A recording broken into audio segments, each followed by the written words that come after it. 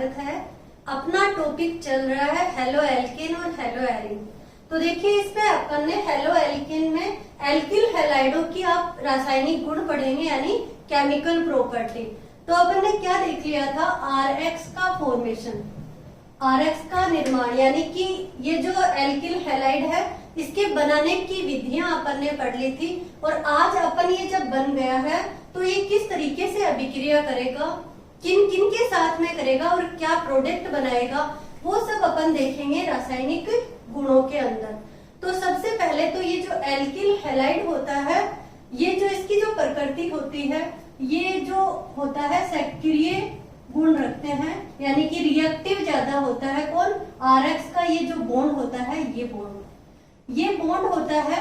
ये क्यों रिएक्टिव होता है एल्किल हैलाइड का इतना? आर एक्स यानी कि जो एक्स है ये क्या है? हैलोजन।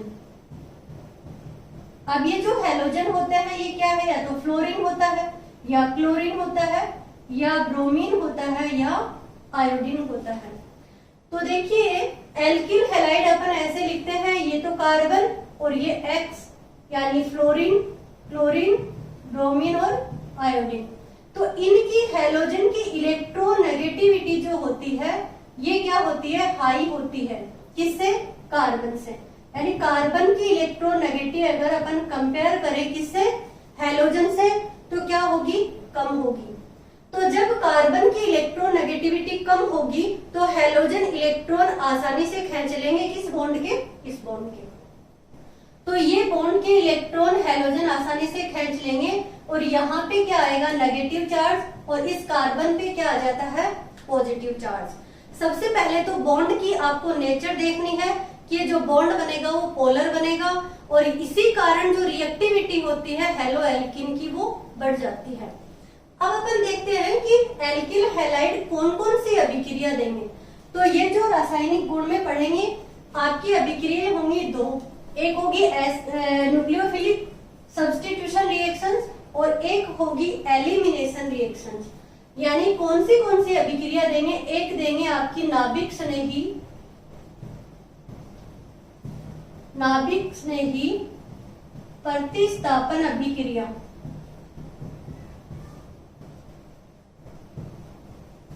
और दूसरी देंगे विलोपन यानी एलिमिनेशन अभिक्रिया। तो विलोपन अभिक्रिया बोल सकते हैं। और तीसरी तरीके की देंगे ये एल्किल हैलाइड देंगे मिक्स अभिक्रिया, यानी कि जो अलग टाइप में आ जाएंगे, मिक्सचर बने, सब अलग अलग तरीके के देंगे। तो सबसे पहले अपन को देखना है कि nucleophilic substitution reactions. Nucleophilic substitution reactions. तो न्यूक्लियोफिलिक सब्स्टिट्यूशन रिएक्शंस क्या होती हैं? ये अपन अलग अलग मैकेनिज्म के आधार पे, यानी कि अलग अलग क्रिया विधि के आधार पे दो तरीके की पढ़ते हैं। कौन सी? एक होगी SN1 अभिक्रिया और एक होगी SN2 अभिक्रिया, यानी यूनिमोलिक्यूलर अभिक्रिया और बाइमोलिक्यूलर अभिक्रिया। ये किस आधार पे होगी? इनकी दोनों की जो क्रिया विधि होगी वो दोनों की अलग अलग होती है। इस आधार पे एक न्यूक्लियोफिलिक रिएक्शंस को अपन क्या करते हैं? दो टाइप में अलग अलग बांट देते हैं। आपके जो क्वेश्चन आएगा वो भी यही आता है कि SN1 अभिक्रिया और SN2 अभिक्रिया में अंतर बताइए। तो अंतर कब आ जाएगा? जब आप दोनों के बारे में अलग अलग देख लोगे कि SN1 किस तरीके से होगी और SN2 किस तरीके से होगी। तो देखिए सबसे पहले अपन देखते हैं SN1 अभिक्रिया। SN1 ये क्या है? न्यूक्लियोफिलिक जो रिएक्शंस है, यानी कि नाभिक स्नेही प्रतिस्थापन अभिक्रिया है, उसी का ही पार्ट है SN1 और SN2, SNI। ये सब क्या होते हैं? अपने न्यूक्लियोफिलिक सब्स्टिट्यूशन रिएक्शंस ही होते हैं। SN1 का सबसे पहले आपको नाम ध्यान में रखना है कि क्या होता है। तो यूनिमोलिक्यूलर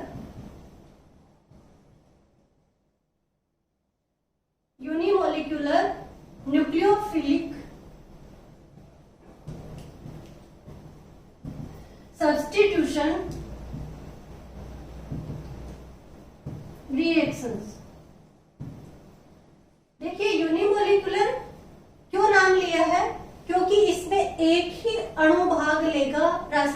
अभिक्रिया में किस तरीके से लेगा, कैसे लेगा, वो मैं अभी बताती हूँ आपको। यानी सबसे पहले तो आपको नाम ध्यान होना चाहिए, एक अणुक बोलते हैं इसको, एक अणुक नाभिक स्नेही प्रतिस्थापन अभिक्रिया। तो देखिए इसमें सबसे पहले आपको देखना है कि 3 डिग्री कार्बोकैटाइन भाग लेगा, बनेगा, 3 डिग्री कार्बोकैटाइन कब बनेगा, जब 3 डिग्री हेलो एल्केन यानी एल्किल हैलाइड कौन सा काम में लेंगे, 3 डिग्री। अब 3 डिग्री, 2 डिग्री, 1 डिग्री मैं आपको बता चुकी हूँ। देखिए क्या होगा, अगर कोई कार्बन एक ही कार्बन से जुड़ा हुआ होता है और 2 हाइड्रोजन वैलेंसी से जुड़े हुए होते हैं तो वो क्या होता है 1 डिग्री। 2 डिग्री का मतलब होता है किसी कार्बन से 2 कार्बन का जुड़ना, वो 2 डिग्री। और 3 डिग्री होगी कि कोई भी कार्बन होगा उनसे कितने कार्बन जुड़े हुए हो, 3 कार्बन, इसका मतलब ये क्या है 3 डिग्री। अब ये कार्बोकैटाइन भी हो सकते हैं, कार्बो एनाइन भी हो सकते हैं और फ्री रेडिकल भी हो सकते हैं। ये 11th क्लास में अपन अच्छे से पढ़ लेते हैं कि क्या होते हैं कार्बोधनाइन यानी कि कार्ब धनाइन, कार्ब ऋणाइन और मुक्त मूलक। तो देखिए सबसे पहले आपको लिखना है कि जो SN1 जो अभिक्रिया होगी उसमें 3 डिग्री एल्किल हैलाइड काम में लेते हैं और 3 डिग्री एल्किल हैलाइड से ही क्या बनेगा 3 डिग्री कार्बोकैटाइन का निर्माण होगा। तो मैं लिख देती हूँ कि एक पॉइंट अपने 3 डिग्री लिया, दूसरा क्या बनेगा इसमें कार्बोकैटाइन का निर्माण होगा, कार्बोधनाइन, कार्बोकैटाइन का क्या होगा फॉर्मेशन होगा। किस तरीके से होगा, इसमें सबसे पहले अपन स्टेप फर्स्ट में देखेंगे, देखना कि प्रथम जो पद होगा ये किस तरीके से होगा। तो ये 3 डिग्री एल्किल हैलाइड लिया, इससे क्या होगा कार्बोकैटाइन का फॉर्मेशन होगा। सबसे पहले कार्बोकैटाइन बना,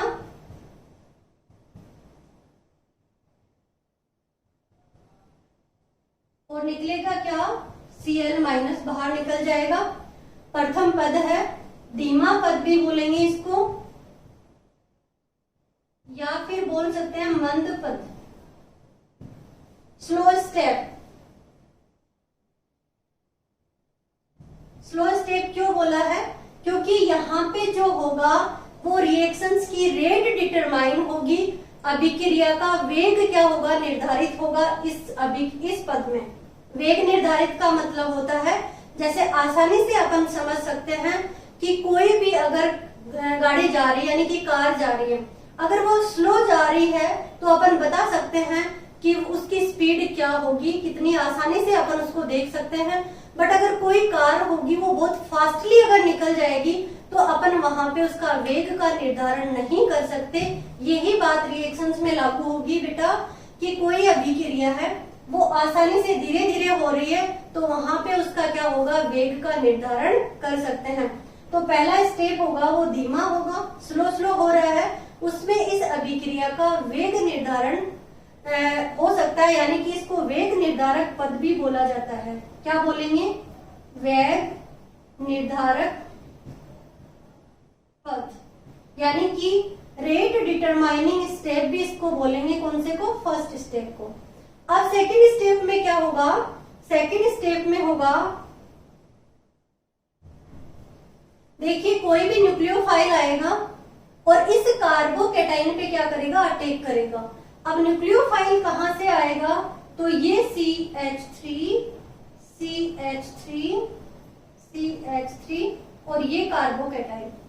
अब देखिए न्यूक्लियोफाइल के लिए क्या चाहिए, कोई ना कोई सॉल्वेंट चाहिए। ये जो सॉल्वेंट होगा ये पोलर प्रोटिक सॉल्वेंट होगा। जो सॉल्वेंट होगा वो क्या होगा, पोलर प्रोटिक सॉल्वेंट। अब ये पोलर प्रोटिक सॉल्वेंट का मतलब होता है कि यहाँ पे जो सॉल्वेंट होगा वो H+ आसानी से दे देगा। तो देखिए H2O, इसके लिए सबसे ज्यादा जो अपन काम में लिया जाता है वो H2O होता है। इसमें अपना न्यूक्लियोफाइल बनेगा OH-। अब ये OH- जो बना ये इस कार्बोकैटाइन पे क्या करेगा आसानी से अटैक करेगा और क्या बनाएगा देखना, ये बनेगा CH3 CH3 3 डिग्री था ना कार्बोकेटाइन, तो यहाँ पे प्रोडक्ट भी क्या बनेगा, ये OH बनेगा। अब देखिए एक बात, 12th लेवल तक ये बात नहीं पूछी जाती, बट अगर कोई भी आप कंपटीशन की तैयारी करोगे वहां पे पूछा जाएगा कि रैसेमिक मिक्सचर कौन सी अभिक्रिया में बनते हैं और कौन सी अभिक्रिया में, मतलब रैसेमिक मिक्सचर आपको एक 12th क्लास में भी पूछ सकते हैं, जब छोटे क्वेश्चंस आते हैं 1 नंबर वाले, उसमें पूछ सकते हैं कि रैसेमिक मिक्सचर किस अभिक्रिया में बनते हैं। तो देखिए SN1 अभिक्रिया में बनेंगे। किस तरीके से बनेंगे मैं बता दूं आपको, कि जैसे आप बात की जाए कार्बोकेटाइन की, तो कार्बोकेटाइन बनते ही इसका जो हाइब्रिडाइजेशन हो जाता है वो sp2 हो जाता है। क्या हो जाता है, sp2। अब sp2 हाइब्रिडाइजेशन हो गया तो जो स्ट्रक्चर होती है वो प्लेनर हो जाती है। तो देखिए ये वाली जो स्ट्रक्चर हो जाएगी इसकी, ये वाली स्ट्रक्चर हो जाएगी प्लेनर स्ट्रक्चर हो जाएगी। और जब इस तरीके की स्ट्रक्चर हो जाएगी तो अटैक न्यूक्लियोफाइल इधर से भी कर सकता है और नीचे से भी कर सकता है। तो जो प्रोडक्ट बनेगा आपका वो 50% ये वाला प्रोडक्ट बनेगा और 50% ये वाला प्रोडक्ट बनेगा। यानी कि रैसेमिक मिक्सचर क्या बनेगा बेटा, यहाँ पे SN1 अभिक्रिया में बनेगा। तो देखिए कितनी चीज याद रखनी है आपको इसमें। सबसे पहले मैंने क्या कहा, 3 डिग्री एल्किल हैलाइड लेंगे, इसमें क्या बनेंगे, कार्बोकेटाइन का फॉर्मेशन होगा। और एक और बात, जैसे ही कार्बोकेटाइन बनेगा वहां पे क्या होगा देखना, अभिक्रिया का पद मंद होगा और जो धीमा पद होगा वो वेग निर्धारक पद होगा। और वेग निर्धारक पद मतलब रेट कैसे निकालेंगे अपन, ये Rx जो है इसकी कंसंट्रेशन पे ही क्या होगा रेट, वेग निर्धारक, वो वेग क्या करेगा, डिपेंड करेगा। किस तरीके से, ये जो एल्किल हैलाइड है यही तो है फर्स्ट स्टेप में। अब ये जो एल्किल हैलाइड है इसी से क्या होगा, इसकी कंसंट्रेशन कितनी है उसी पे क्या करेगा, वेग डिपेंड करेगा। तो देखना रेट अगर आपसे पूछी जाए तो ये होगी SN1 अभिक्रिया की रेट, यानी कि ये जो 1 है। अब एक बात मैं आपको बता देती हूँ कि यहाँ पे जो 1 लिखा है अपन ने, क्या लिखा है, 1 लिखा है, वो 1 यहाँ से ही आया है। यानी इस अभिक्रिया के अंदर एल्किल हैलाइड की सांद्रता ही क्या हो रही है, चेंज हो रही है। न्यूक्लियोफाइल का कोई प्रभाव नहीं पड़ रहा है। ये न्यूक्लियोफाइल है, ये तो सेकंड स्टेप में आ रहा है और ये जो सेकंड स्टेप होता है ये फास्ट होता है, तो इससे कोई वेग निर्धारण का मतलब ही नहीं है। तो अगर यहाँ पे एक ही मॉलिक्यूल पे यानी कि एल्किल हैलाइड पे क्या करे, वेग निर्धारक पद जो वेग का निर्धारण यही करे, तो इसको SN1 बोला जाता है। अब मैंने कहा कि एल्किल हैलाइड में कार्बोकेटाइन का निर्माण हुआ और दूसरे ही स्टेप में क्या होगा, कार्बोकेटाइन जो होगा वो प्रोडक्ट का निर्माण कर लेगा। और यहाँ पे क्या बना, रैसेमिक मिक्सचर बनेंगे। वेग क्या लिखोगे कि वेग किस पे डिपेंड कर रहा है, Rx पे डिपेंड कर रहा है। अब देखना अपन देखते हैं SN2 अभिक्रिया। तो जो SN2 अभिक्रिया होगी अपनी, यहीं से लिखते हैं अपन SN2 अभिक्रिया।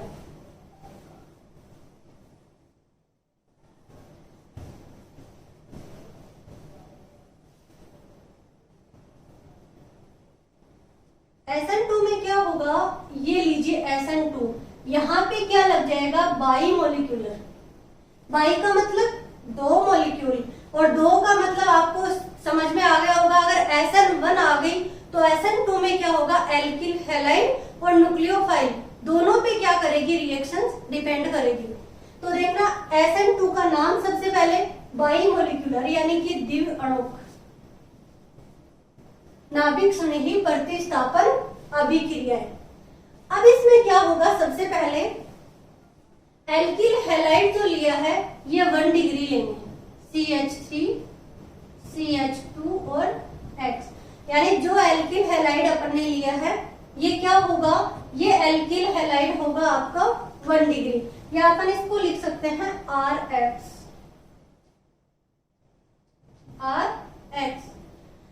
RX क्या करेगा, कोई भी न्यूक्लियोफाइल आएगा OH माइनस और क्या बना लेगा यहाँ पे ROH और बाहर निकल जाएगा आपका X माइनस।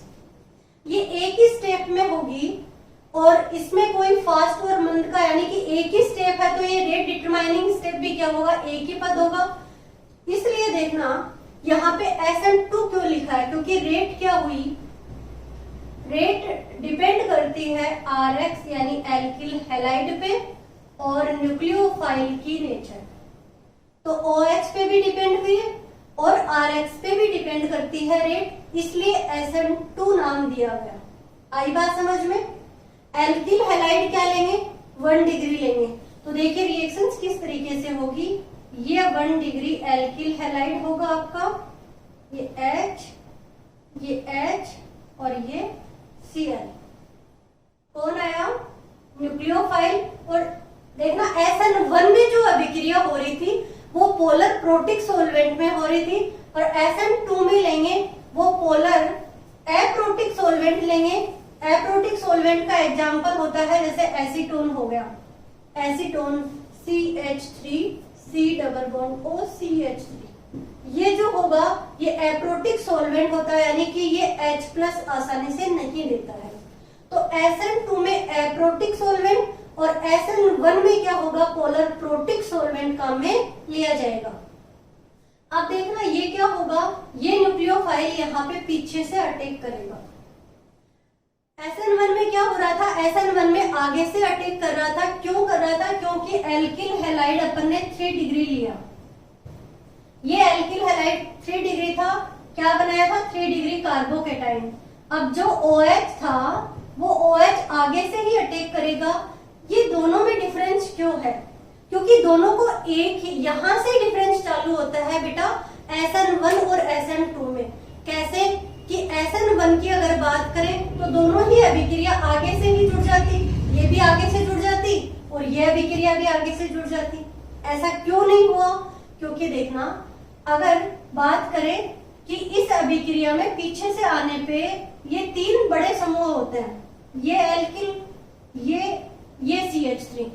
अब जो तीनों ग्रुप होते हैं इसका मतलब क्या होता है, ये यहां से पीछे से अटैक करेगा और इसमें आगे से अटैक करेगा। क्योंकि ये पीछे से अटैक क्यों नहीं कर सकता, क्योंकि तीनों बल्कि ग्रुप होते हैं और तीनों बल्कि ग्रुप होंगे, इस कारण से इन तीनों में ही क्या होता है, आपस में रिपल्सन होता है। ये पीछे से नहीं आ सकता, SN1 की बात कर रही हूं। ये क्या करेगा, आगे से आएगा और यहाँ पे आके चुपके से ऐड हो जाएगा, यानी कि जुड़ जाएगा। अब SN2 की बात करें तो SN2 में आगे से क्यों नहीं आता, क्योंकि आगे से हैलोजन ग्रुप है। हैलोजन ग्रुप का साइज बड़ा होता है, तो हैलोजन बड़ा साइज होने के कारण ये क्या करता है, न्यूक्लियोफाइल पीछे से अटैक करता है, यानी चोरी छुपे पीछे के गेट से आता है और चोरी करता है। जैसे ही देखना ये आएगा पीछे से, अब जब पीछे से आ रहा है तो किस तरीके की स्पीसीज बनेगी, देखना ये CH3, ये कार्बन, ये पीछे से आ रहा है OH, और देख ये निकल रहा है आपका ये H, ये H और ये क्या होगा, Cl निकल जाएगा। ऐसा क्यों हुआ, क्योंकि जब OH पीछे से आके अटैक करेगा इस पे तो 4 वैलेंसी पहले से ही है कार्बन की, और कार्बन की कितनी वैलेंसी बन जाएंगी, अगर OH जुड़ गया तो देखना कितनी वैलेंसी बढ़ेंगी, ये और ये OH जुड़ा, कार्बन की बन गई 5 वैलेंसी। तो कार्बन की कभी भी 5 वैलेंसी मत बना देना, ऐसा पाप कभी मत कर लेना कि कार्बन की 5 वैलेंसी बना दो, वो सबसे बड़ा पाप होगा केमिस्ट्री के अंदर। तो देखना होगा क्या, पीछे से जैसे ही अटैक कर रहा है क्लोरीन बाहर निकल रहा है, तो यहां से तो ये OH अटैक करेगा और क्लोरीन बाहर निकल जाएगा। इस पूरे स्टेट को बोलते हैं ट्रांजिशन स्टेट, यानी कि संक्रमण अवस्था। क्या है ये, संक्रमण अवस्था इसको बोला जाता है। अब आपसे पूछेंगे कि कौन सी अभिक्रिया होगी जिसमें संक्रमण अवस्था बनेगी, तो कौन सी होगी, SN2 अभिक्रिया। और कौन सी अभिक्रिया है जिसमें कार्बोकेटाइन बनेगा, तो कौन सी होगी, SN1 अभिक्रिया, यानी कि मध्यवर्ती के रूप में बन रहे हैं। SN1 में क्या बन रहा है, कार्बोधनाइन, कार्बोकेटाइन, और SN2 में क्या बन रहा है, ट्रांजिशन स्टेट, यानी कि संक्रमण अवस्था। तो ये जो संक्रमण अवस्था है ये बनेगी किसमें, SN2 अभिक्रिया में। और फिर क्या होगा, ये Cl पूरी तरीके से बाहर निकल जाएगा और OH लग जाएगा। तो ये CH3, ये कार्बन, ये हाइड्रोजन और ये क्या हो गया, OH। क्या हुआ, OH। अब देखना यहाँ पे OH, क्लोरीन किधर था, क्लोरीन ये लगा हुआ है इस साइड से और अपना प्रोडक्ट बना है, ये क्या बना है, इस साइड पे बना है। OH कहाँ लगा है, यहाँ पे, और क्लोरीन कहाँ लगा हुआ था, यहाँ पे। यानी कि जो प्रोडक्ट बना है वो इन्वर्ट प्रोडक्ट बना है, तो इसको ही बोला जाता है वाल्डन इन्वर्जन।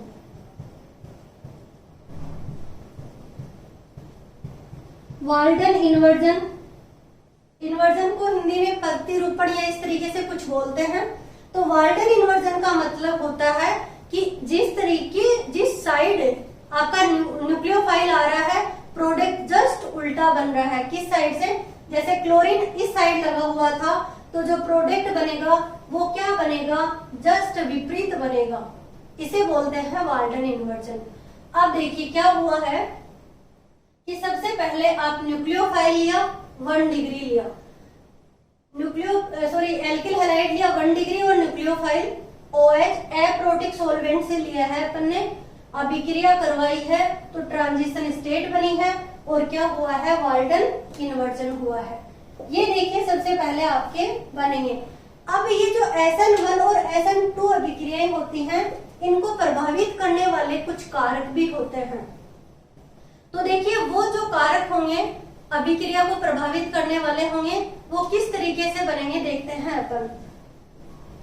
SN2 समझ में आ गई आपको, मैं एक बार दोबारा से रिवीजन करवा देती हूँ। SN2 में बाईमोलिकुलर न्यूक्लियोफिलिक सब्स्टिट्यूशन क्या लेंगे, एल्किल हैलाइड 1 डिग्री लेंगे, न्यूक्लियोफाइल आएगा, ट्रांजिशन स्टेट बनेगी, वाल्डन इन्वर्जन होगा।